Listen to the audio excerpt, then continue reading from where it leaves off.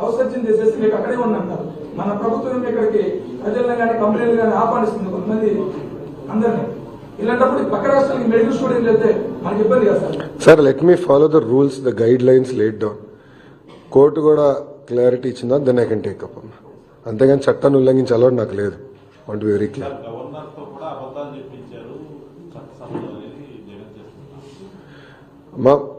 మీరు గమనిస్తే వాస్తవాలే గవర్నర్ గారు పలికారు. చాలా క్లారిటీగా ఉంది. స్పీచ్ పైన కూడా కౌన్సిల్లో వాళ్ళు దుష్ప్రచారం చేయాలని ప్రయత్నించినప్పుడు నేను చాలా స్పష్టంగా చదివి చెప్పాను. దాని తర్వాత నన్ను సోషల్ మీడియాలో కూడా పెట్టి ఉద్యోగాలు ఇవ్వలేదు అని ట్రోల్ కూడా చేశారు. But I stand by my word. అవాస్తవాలు చెప్తాం మాకు అలవాటు లేదు. ఏముంది దాంట్లో చాలా స్పష్టంగా ఇన్ని లక్షల కోట్ల పెట్టుబడి, దీని ద్వారా ఇన్ని లక్షల మందికి ఉద్యోగాలు వస్తాయి అని చాలా స్పష్టంగా పేర్కొన్నా. దాని మీద కట్టుబడినాం.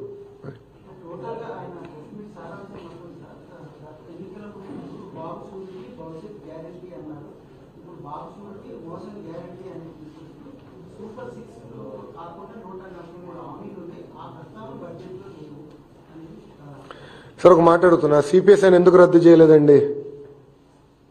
సంపూర్ణ మద్యపాన నిషేధం చేస్తా అన్నారు. సొంత బినామీలు పెట్టుకుని అడ్డగోలుగా మద్యం పైన డబ్బులు సంపాదించాడు, అవునా కదా? ఓకే, సూటిగా ప్రశ్నిస్తున్నా, సొంత బిడ్డలపైన ప్రమాణం చేయమనండి ఆయన అవినీతి చేయలేదని. మద్యంలో సొంత బిడ్డలపైన ప్రమాణం చేయమనండి, మద్యంలో నేను అవినీతి చేయలేదని. Will accept. జగన్మోహన్ రెడ్డి గారు ఛాలెంజ్ చేస్తున్నాను, ప్రమాణం చేయమనండి.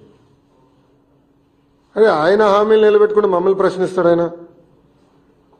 బస్ పెన్షన్, మేము 20 లక్షల ఉద్యోగాలు ఫస్ట్ మీరు బాబు షూరిటీ భవిష్యత్ గ్యారంటీ మీరు చూస్తే బాబు సూపర్ 6లో మొదటి హామీ 20 లక్షల ఉద్యోగాలు.